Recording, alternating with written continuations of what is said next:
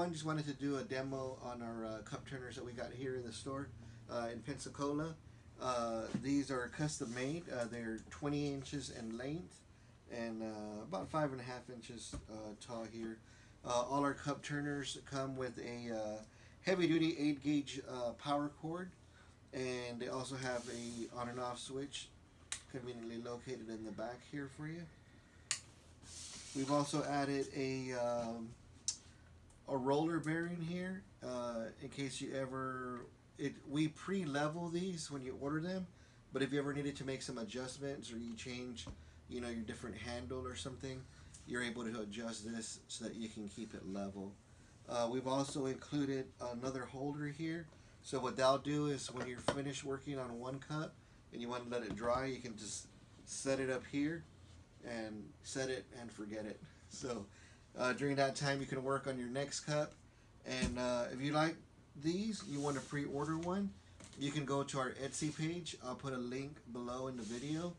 We have them on there, or you can pre-order them in the store. Another item that we have available here in the store for you in Pensacola is we have these custom made cup cradles.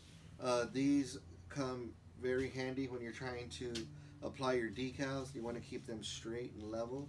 It holds it for you. It can hold 30 ounce, 20 ounce, can koozies, you name it, whatever you're working on, it's not going to be a problem. It's going to hold everything for you.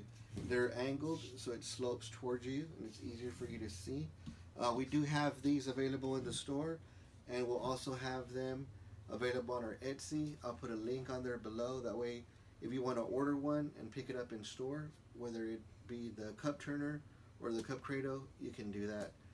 So go ahead and check it out, and thanks for watching. If you haven't had a chance to check out my YouTube channel, make sure you go on there and you like and subscribe so that you can stay updated with all the new videos that I've been putting there weekly.